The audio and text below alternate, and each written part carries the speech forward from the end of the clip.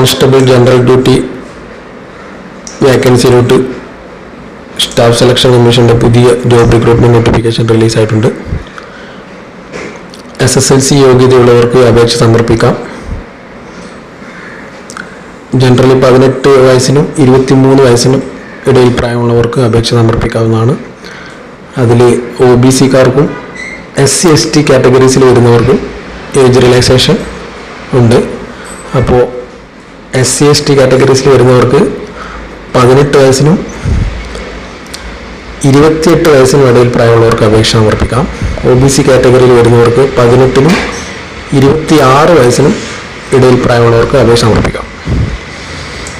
അപേക്ഷ സമർപ്പിക്കേണ്ട അവസാന തീയതി ഒക്ടോബർ 14, 2024 വിവിധ ഫോഴ്സുകളിലോട്ടായിട്ട് 39,481 വേക്കൻസി ഉണ്ട്. BSF, CSF, CRPF അതുപോലുള്ള ഫോഴ്സുകളിലോട്ടായിട്ട് മെയിൽ കാൻഡിഡേറ്റ്സിനും ഫീമെയിൽ കാൻഡിഡേറ്റ്സിനും അപേക്ഷ സമർപ്പിക്കാവുന്നതാണ്. ഏജ് റിലാക്സേഷൻ കണ്ടീഷൻ ഇതാണ്. OBC-കാർക്ക് 3 വർഷവും SC/ST-കാർക്ക് 5 വർഷവും.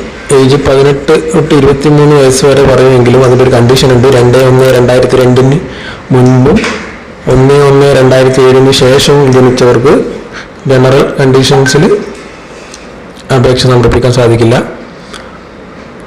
അതിൽ OBC-കാർക്ക് 26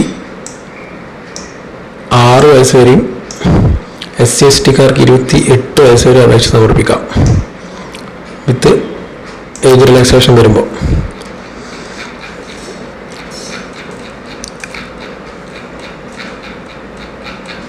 എഡ്യൂക്കേഷൻ ക്വാളിഫിക്കേഷൻ SSLC ആണ്.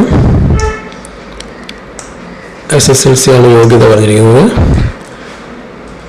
പിന്നെ NCC സർട്ടിഫിക്കറ്റ് കയ്യിലുള്ളവർ അതിൻ്റെ ഡീറ്റെയിൽസ് ഉൾപ്പെടുത്തിക്കൊണ്ട് തന്നെ അപേക്ഷ സമർപ്പിക്കാൻ ശ്രദ്ധിക്കുക. NCC സർട്ടിഫിക്കറ്റിന് ബോണസ് മാർക്കുണ്ട്. NCCI സർട്ടിഫിക്കറ്റ് കയ്യിലുള്ളവർക്ക് 2%, B സർട്ടിഫിക്കറ്റ് കയ്യിലുള്ളവർക്ക് 3%, C സർട്ടിഫിക്കറ്റ് കയ്യിലുള്ളവർക്ക് 5% ബോണസ് മാർക്കുള്ളതാണ്. അപ്പോൾ NCC സർട്ടിഫിക്കറ്റ് കയ്യിലുള്ളവരാണെങ്കിൽ ആ സർട്ടിഫിക്കറ്റ് ഡീറ്റെയിൽസ് ഉൾപ്പെടുത്തിക്കൊണ്ട് തന്നെ അപേക്ഷ സമർപ്പിക്കാൻ ശ്രദ്ധിക്കുക. അപേക്ഷാ ഫീസ് വരുന്നത് 100 രൂപയാണ്. അതിൽ SC/ST വുമൺ കാൻഡിഡേറ്റ്സ് ഇവർക്ക് അപേക്ഷാ ഫീസ് ഇല്ലാതെ തന്നെ അപേക്ഷ സമർപ്പിക്കാൻ പറ്റും.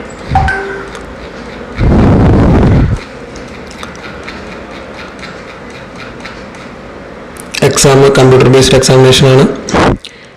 80 ക്വസ്റ്റ്യൻസ് ആണ് ഉണ്ടാവുക. 2 മാർക്ക് വെച്ചിട്ടുള്ള 80 ക്വസ്റ്റ്യൻസ് ആണ് ഉണ്ടാവുക. അതിൻ്റെ സിലബസ് ആണ് ഇവിടെ ഉള്ളത്. General intelligence and reasoning, general knowledge and general awareness, elementary mathematics, English or Hindi എന്നീ സബ്ജക്റ്റുകളിലായിട്ട് 20 മാർക്ക് വെച്ചിട്ടുള്ള ക്വസ്റ്റ്യൻസ് ആണ് ഉണ്ടാവുക. ഓരോ സബ്ജക്റ്റും 20 മാർക്കിൻ്റെ ക്വസ്റ്റ്യൻസ് ആണ് ഉണ്ടാവുക. അപ്പോൾ സിലബസ് മനസ്സിലാക്കി പ്രിപ്പയർ ചെയ്യാൻ ശ്രമിക്കുക. പിന്നെ ഫിസിക്കൽ എഫിഷ്യൻസി ടെസ്റ്റിൻ്റെ കാര്യം ഇവിടെ പറഞ്ഞിട്ടുണ്ട്. Mail candidates 5 kilometre in 24 minutes, female candidates ആണെങ്കിൽ 1.6 കിലോമീറ്റർ ഇൻ 8.5 minutes. പിന്നെ ഹൈറ്റ് മെയിൽ കാൻഡിഡേറ്റ്സ് ജനറൽ കണ്ടീഷന് 170 സെൻറ്റിമീറ്റർ, ഫീമെയിൽ കാൻഡിഡേറ്റ്സ് 157 സെൻറ്റിമീറ്റർ. അതിൽ ST കാറ്റഗറീസിൽ വരുന്നവർക്ക് റിലാക്സേഷൻ ഉണ്ട്. ST കാറ്റഗറീസിൽ വരുന്ന മെയിൽ കാൻഡിഡേറ്റ്സിന് 162.5 സെൻറ്റിമീറ്റർ മതിയാവും. ഫീമെയിൽ കാൻഡിഡേറ്റ്സിന് 150 സെൻറ്റിമീറ്റർ ഹൈറ്റ് മതിയാവും. അതുപോലെ ചെസ്റ്റ് എക്സ്പാൻഷൻ, ചെസ്റ്റിൻ്റെ മെയിൽ കാൻഡിഡേറ്റ്സിൻ്റെ ചെസ്റ്റിൻ്റെ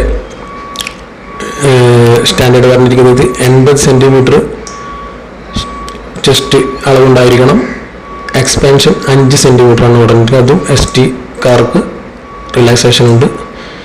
എക്സ്പാൻഷൻ ഇല്ലാതെ 76 സെൻറ്റിമീറ്ററും മിനിമം എക്സ്പാൻഷൻ 5 സെൻറ്റിമീറ്ററും തന്നെയാണ് പറഞ്ഞിരിക്കുന്നത്.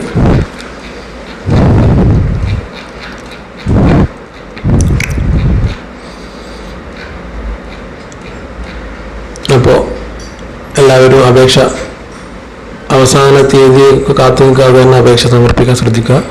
അപേക്ഷ സമർപ്പിക്കുമ്പോൾ നമ്മുടെ കാറ്റഗറി OBC കാറ്റഗറിയിലുള്ളവർക്കൊക്കെ ആ കാറ്റഗറി തന്നെ കൊടുത്തുകൊണ്ട് തന്നെ അപേക്ഷ കൊടുക്കുക. NCC സർട്ടിഫിക്കറ്റ് ഉള്ളവർ NCC സർട്ടിഫിക്കറ്റിൻ്റെ ഡീറ്റെയിൽസ് ഉൾപ്പെടുത്തിക്കൊണ്ട് തന്നെ അപേക്ഷ സമർപ്പിക്കുക.